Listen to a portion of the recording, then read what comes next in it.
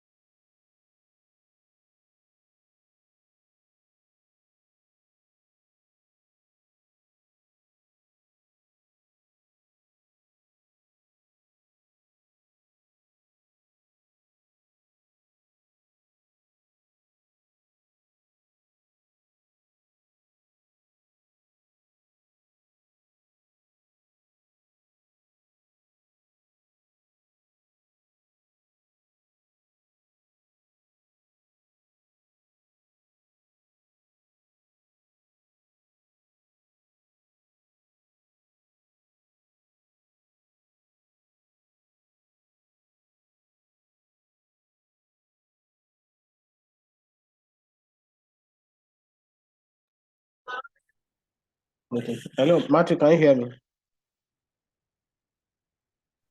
Hello, good evening, sir. How are you? Yes, sir. Okay. Welcome. Can you hear me? Yes, sir. I'm with you, sir. Good evening, sir. Good evening. So where do you say you are doing your PhD?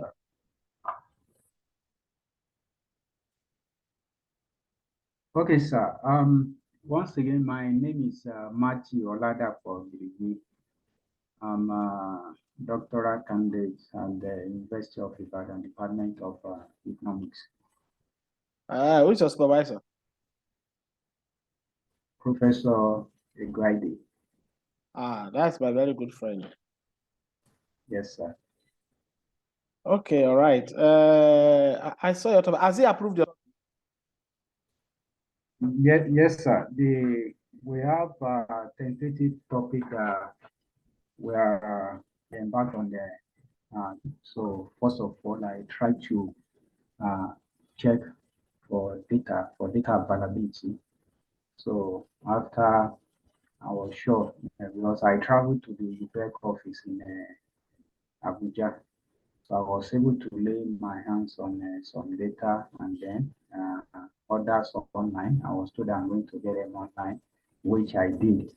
So before I started writing, so now we we start bit by bit, and I've been able to uh, write up the proposal. Although I've not defended it, and in the recent, Prof was uh, let me say not really impressed because actually I may not be able to know that because the comments all through has been that you don't know how to write, you are not writing well.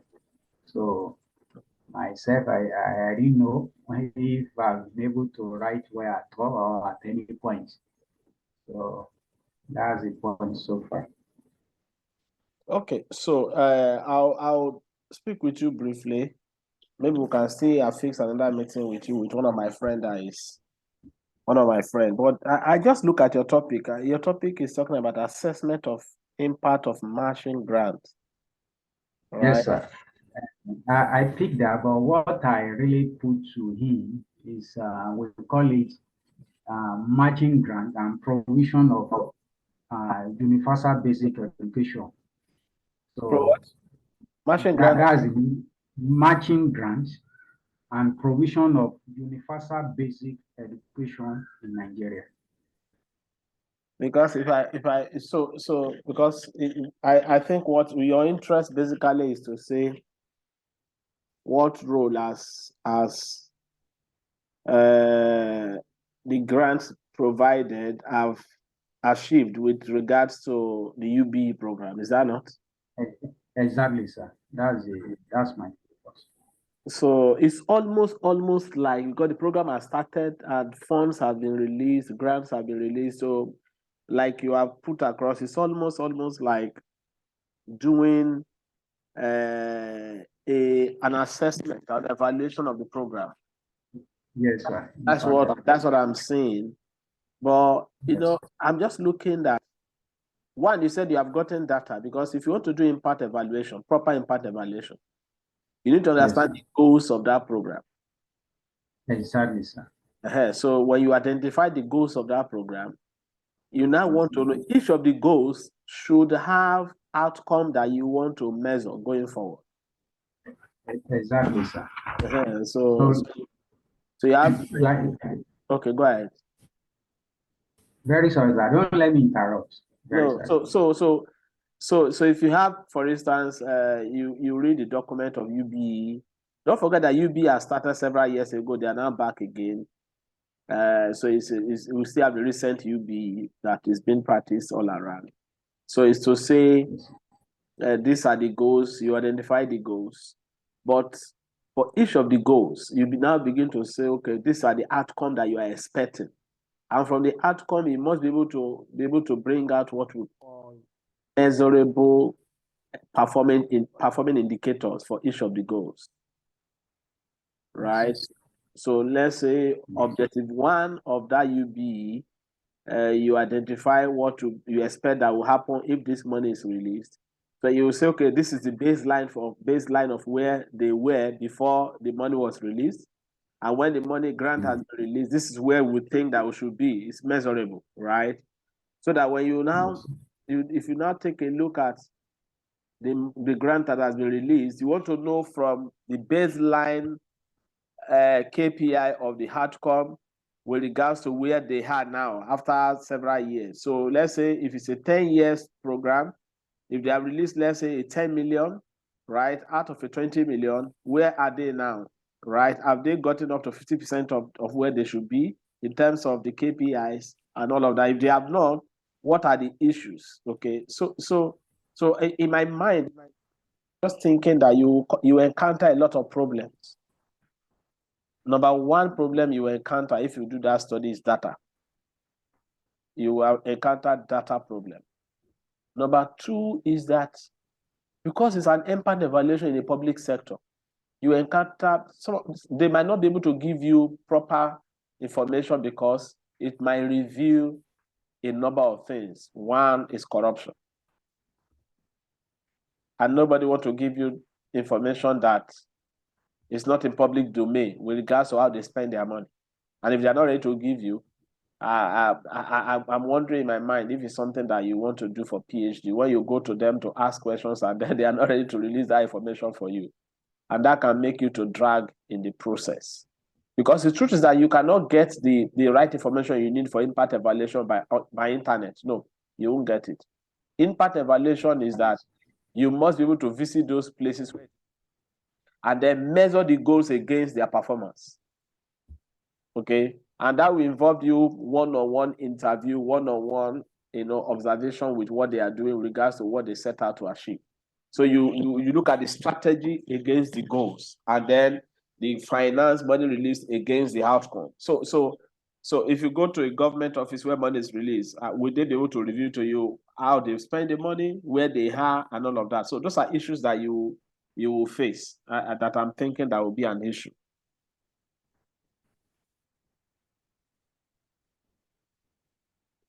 Maybe you want to add something to what I've said before I proceed. You get my point? All right, thank you, sir.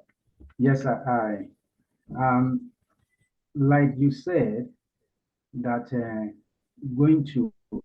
want to start from where you stop, sir. That data challenge, and then to actually get information from the civil servants or public servants is going to be a challenge. I actually experienced that when I visited the UBEC office in Abuja. So because my letter went to the director, the executive director. So when I was directed to the accounting department, the person in charge actually printed some things, the application that went to the state. So the man showed me briefly, he said, but I'm not going to give you. Let me ask the boss whether we can actually release this for you. So when he asked the boss actually said no. So they withdrew that, and then they printed another one that actually conforms with what we usually know, or what we used to know. Like we used to know that, okay, the grant is shared on equal basis. So what was given to me is what was shared on the equal basis across the states in the federation, including the FCT. So that's what I actually collected from them, because I didn't have alternative to that. So I collected what I was given. So that's number one. And then what we're actually pushing is that since study has not been coming up in that area, that whatever we can be able to do with the available information, that we should put it forward for others to actually expand on that. So, but what we are trying to do is to see that whatever we can do should be actually be substantial enough to be able to qualify as a work that one can say it was PhD. So that's on that. And in regards to the measurement, like what the the UB had what they have in target and the commission with the grant is that they want the grant, they target the grant towards the access and the quality, access and quality. So that's what we want to measure with that, see how much the grant has actually impacted access of universal basic education and then the quality of universal basic education. And for the access, what they use to target the access is the enrollment. Enrollment rate. Yeah. Normally in the literature, they use net enrollment, but in our case, it's the gross enrollment that is actually applicable to us. So we have data on the gross enrollment, but the net enrollment is not expressly available. We have for a few years in the recent time, but in the past, it's not even available. And fortunately enough, we have data for the access. That's like access like teacher to pay ratio.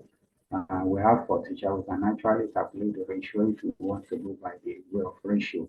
And then we have for facilities too, not accurate because I've actually tried to compile some things, some of this data, but we have something substantial, but not fully what we want to have. So we are thinking that maybe the case of unbalanced panel data may be available if the data is actually very much substantial.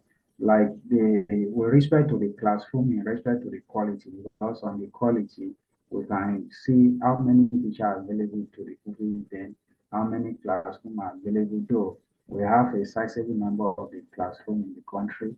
But frankly speaking, if one look at the data to the background, you see that 50% of this classroom, they are in bad condition. So it's as if only 50% or 40-something percent that is actually good. So if we are actually taking the ratio of the pupils to classroom, it may not be actually realistic because 50% of the classroom is only in bad condition. So, but that's what is available. So you are talking about a panel. So if I come back to you on if it's because that means that you are thinking regression. In my mind, I am not saying regression, but let's say if you come to the area of regression, right? If that is what you are thinking, because let's say if that's what you are thinking, let's say for access and quality. For access, you are talking about gross enrollment, right? Maybe as a function of the grant that is released, right? Yes, sir. Maybe you have other variables that will come into the model. So if you say you have collected data for 36 states, but you said that the money grant release is divided equally across states. That means that it's almost the same data for all of them. For all of them is because if you divide the amount by 6, it will be the same amount for all states. The same amount for all states. That would almost be multicollinearity in your analysis if you run a regression. Do you get my point? Yes, sir. Because I'm sure that the distribution will not be equal. You cannot give grants to Osun State the same thing as Lagos State, or to Bayelsa the same thing as Lagos State. Do you understand? So I know they don't want to tell you, because that's why I said you're going to have a lot of serious. Let me give you a background of one of the issues I faced when I was in Abuja, and then we're thinking about doing what we call monitoring and evaluation for Anchor Borrowers program. So I wrote a proposal to the minister then, which is Adeosun. And then I said, want to do monitoring evaluation for Anchor Borrowers program. One question she asked me, because she's not going to want to sponsor the project. All we need is for the minister to sign. Then an international organization, DFID, was ready to release the fund for us to do so. The question she asked is that if the outcomes are not favorable, are we going to publish the work for people to see? Do you get that? Because you're talking about government releasing money to different agricultural farmers, and we don't know whether the money is even getting to their hand. When we get to the field, some of them will even tell us that the money is not getting to their hand or something. We're going to reveal a lot of things, right? So I've read the document of Anchor Borrowers program. What are the objectives? So from the objective, I set my outcome that I'm expecting. So I go back to them to say, you give me how much you have released, how many people per state, and all of that. And then I go for field interview. So I don't even need to run a regression to know that that the money released probably is not getting to their hand, or it's not doing what it should do. Do you understand? Because they will begin to tell me that sometimes the money get to the state, from the state, the full one is not released, or they will not even give to the right farmer, they will give to somebody. So many things will be revealed that will not to achieve the outcome. Do you get that? For instance, for UB, one of the problems that UB has is that salary delay is a major problem. They delay salary a lot, and the money paid is even too small, and then it's a delay salary. So when you talk about quality, quality is not only by classroom, quality is also by the qualification of the teachers and their ability to deliver. Yes. Access to good textbook is also part of what we should be looking at. Yes. Do you understand? So it's not only classroom, access to textbook, several other infrastructure that even the play field, library. Do you understand? Library and all that. So the point is that to properly do that assessment, for me, I think that you will struggle.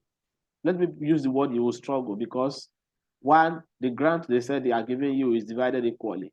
Already that has defeated the purpose. If you divide 36 by, let's say 1,000 by 36, it will be equal over time. If you run the regression with that, that's multicollinearity.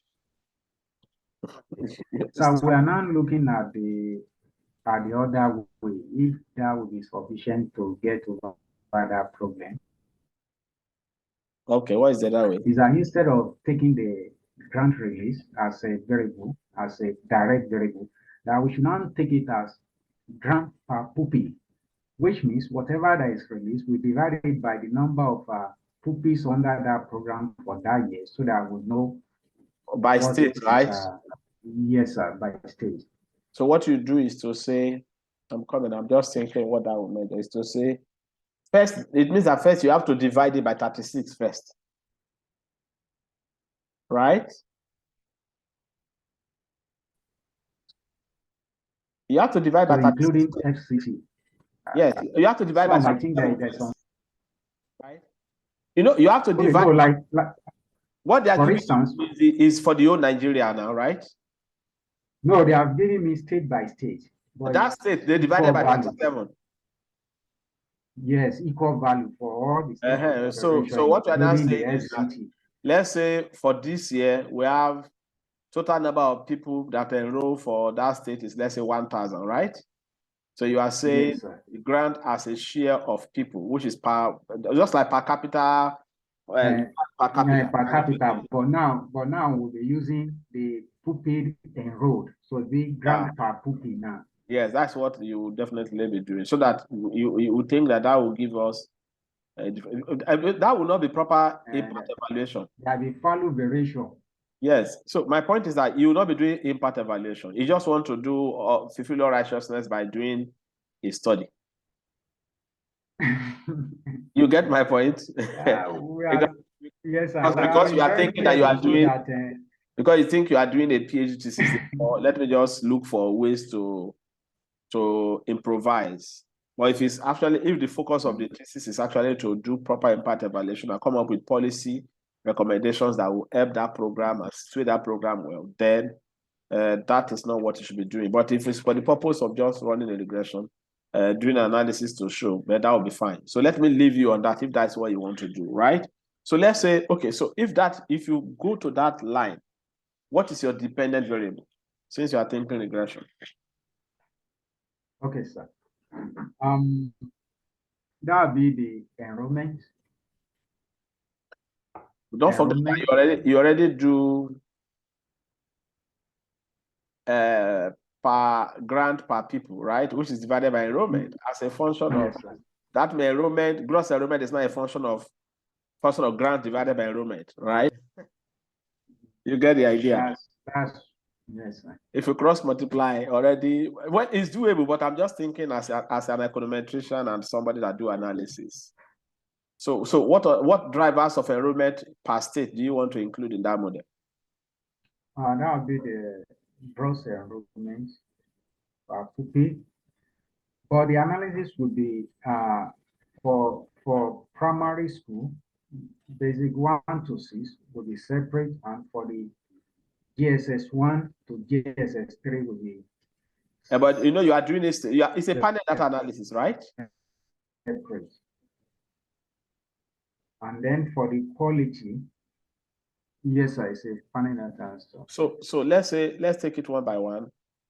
Gross as a function of per grant per people, right?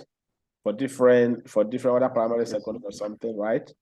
Yes. But there are other drivers of enrollment, right? One of them is primary schools. If you have a spending in education, right? We don't have that. So what other variable do you want to include in your model? Okay, like the matching grant per pupil will be the major independent variable. Then I'm considering to include the population growth per state. That is not expressly available, but maybe from the population 2006 report, if I don't know if it would be acceptable to have a kind of projection for what Interpolation. I don't know whether that will be. So that can be done with interpolation. But if you include population growth per state, that's just two variables in your model. Which other variable? Okay, then per capita income. With that, so for the state level too, it has to be calculated also. And but don't forget that gross enrollment at the primary basic education, which is primary 1 to GS3, is free, right? Yes. So yes, will income be a driver of enrollment when it's free at the public school level? You get my idea? Quite all right. Whether you have income or not, you register. You get it. Not really, because though that's how it's supposed to be, but that is not what is obtainable, even with my little findings around. Because some people don't go because of the transportation, because of the fear to actually move from home to school. So You know if what? the family is not, You know what? If I yes, were sir. you, your Yes, sir. best bet for doing this study is not going to be Yes, regression. sir. Okay, sir. Your best bet for doing this study will be more of a survey. All right. All those data they've given to you will only provide proper descriptive analysis for what you have find out. To say grant per enrollment, primary, secondary, this is what it is per state.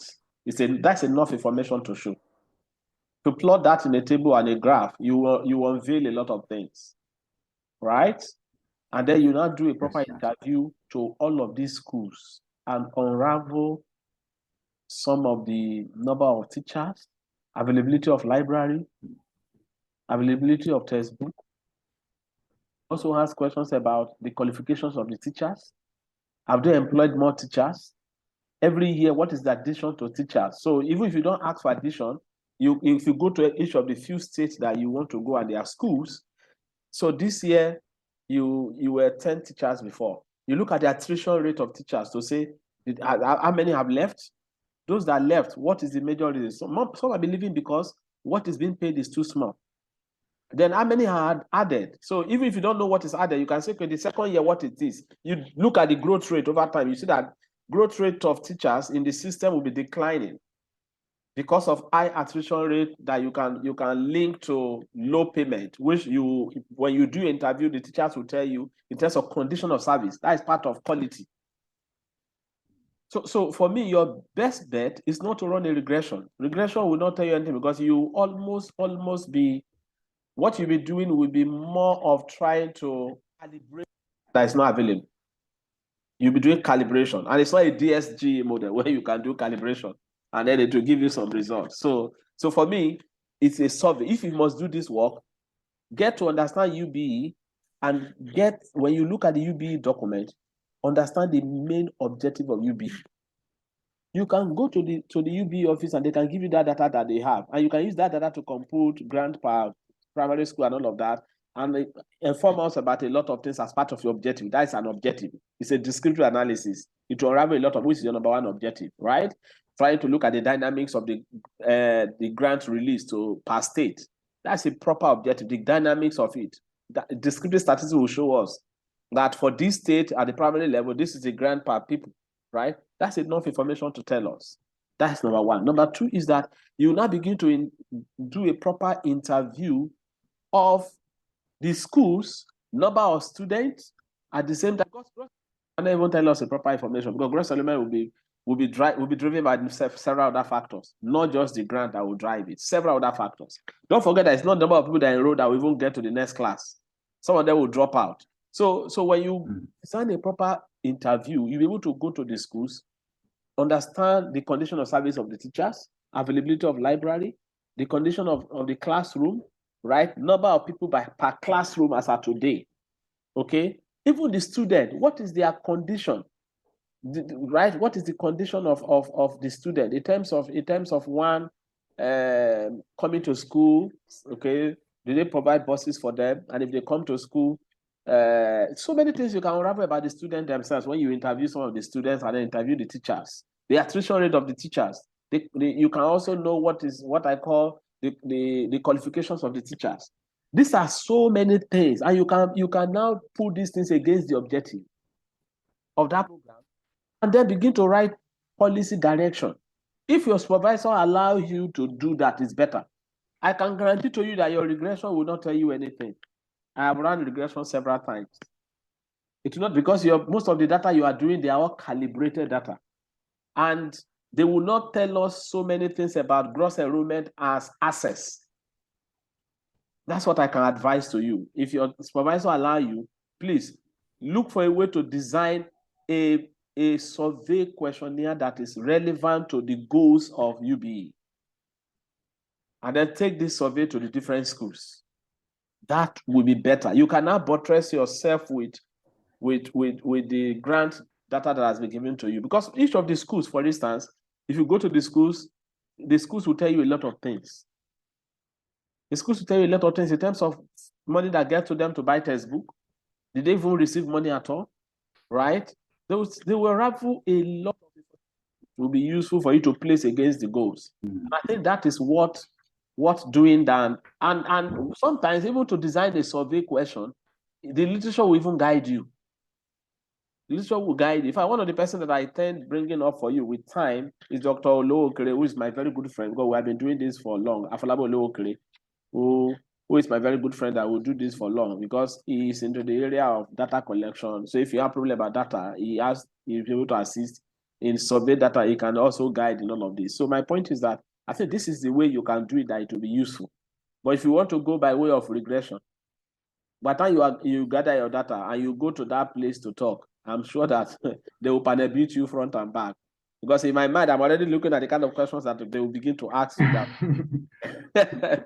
That will make you to, even you yourself will think that you have not done, you don't know that you have put so much effort. It's true. Like when I was coming in and the proposal that I submitted and the first thing that I submitted to my supervisor, I was talking about a survey. I was saying that looking at the financial inclusion and the digital gap in the local government. I think is it Northwest or so.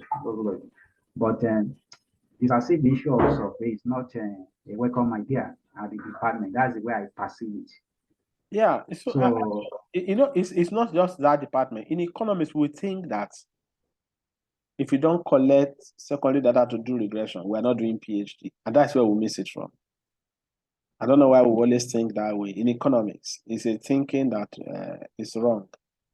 Because for me, we should know that when we talk about issues that are policy driven to solve in our society, they are at the micro level. They are not at the secondary data level. Because for example, any data you collect now from government, even you don't understand how that data is. Because government, especially for finance, where a lot of corruption would have taken away a lot of money. If you go to government, for instance, if you go to the Accountant General office, right? I've seen people run regression with public expenditure. They don't understand public expenditure in Nigeria. Public expenditure, when money is released, we don't when money is budgeted. Let's say they budget 1 million for education. That's what you see in the budget. When government want to release that money, they can release that money like 4 or 5 times. And at the end of the year, they will never release the total, especially when it comes to capital expenditure. So the release dates differ. That's why if you run a regression, you don't see the impact because there is a lag of time before money is released. Do you get my point?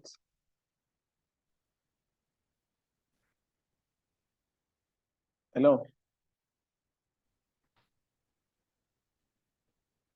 Hello? Can you hear me? So for me, I wish that your supervisor can, no, I know. I wish that your supervisor can allow you to do, if you can convince your supervisor to do a survey, then we can come back to talk about a proper guide. If he will not allow you to do a survey and you want to go the way of your panel data also, definitely we'll guide you through on how you can go about the panel data. But I think the first thing is to ensure that you are doing what is relevant. Like what I was even thinking the other way was the other time I actually came from Yola, the Modibo Adama University in Yola. So when I had the copy, then the other time that I traveled down there, so I tried to meet some people, not official, it's an unofficial interview now to know what is happening about the form. So I get a lot of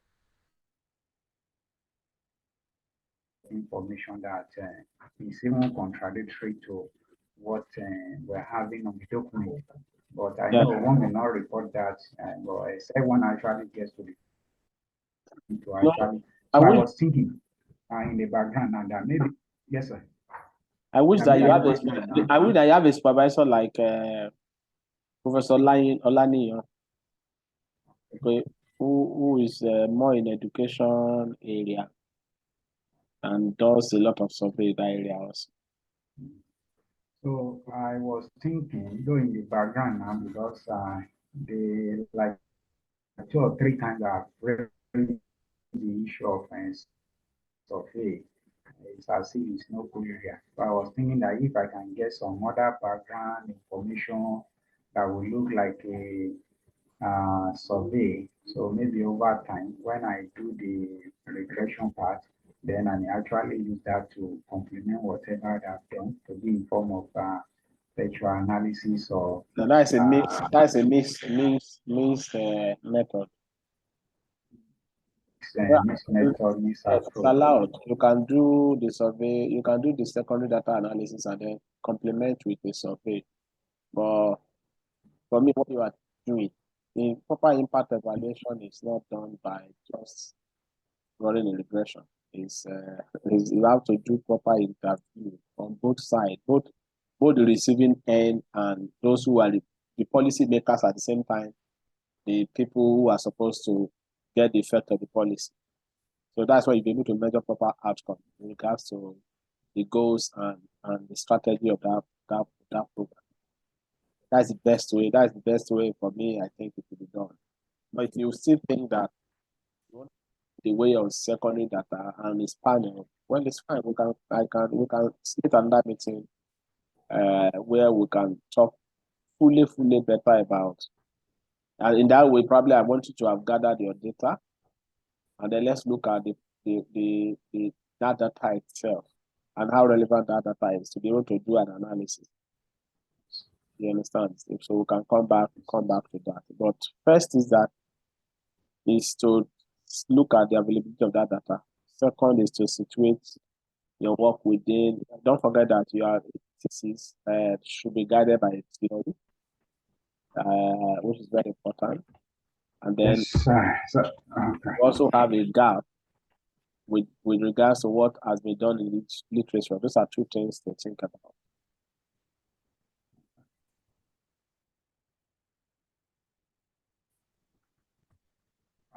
Okay.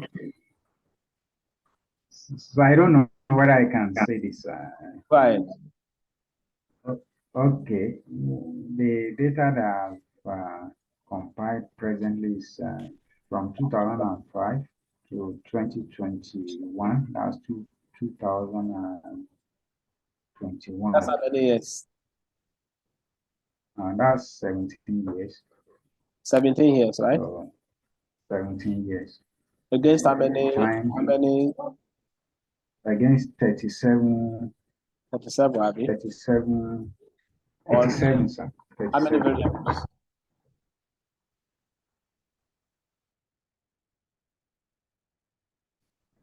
For now, I've not finalized the issue of variables, but So why I asked that variable, that if you want to run a four, regression, 4, 5. you want to Yes, run a sir. regression, your dependent variable as a function of your core variable, and you must also have control variables in that model. And the control variables are what are the other determinants of your dependent variable? The other determinants of your dependent variable. And what are the other factors that drives your dependent variable? You must look for them as part of your variables. So you cannot run a regression as a function of just one or two variables. That won't be acceptable. Yes, sir. Of course, sir. So it must be a function of a number of variables.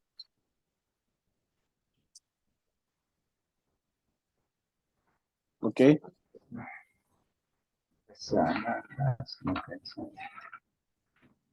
So think around that, and then in our next meeting, just share your data on the Zoom. I will look at it and then we'll talk. Okay, no problem, sir. So let's see whether it's something doable by. But I even have the data now. I have it on this system. Okay. So maybe we'll fix another meeting with you again, and then we'll take it off from there. Right? There's no problem, sir. Yeah. I'll invite my friend. I'll be looking towards, if not this Friday, the other Friday, because he said it's only available on a Friday.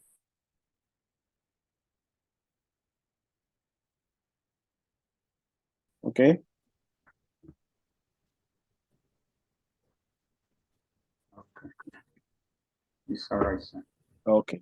Then even what you have written, if you want me to read and give you feedback, then we can also take it off from there. Right? It's okay, sir. I'll be so grateful for that. I will No problem. compile it because we have been doing this bit by bit. No problem. We'll take time and go through it, and then you guide also with time. It's all right, sir. Yeah. Okay, now, so Matthew, now take care. Don't worry, it is well. I'm very grateful for your time, sir. Yeah, no problem. Yes, sir. Okay. Thanks so much, sir. Yes, sir.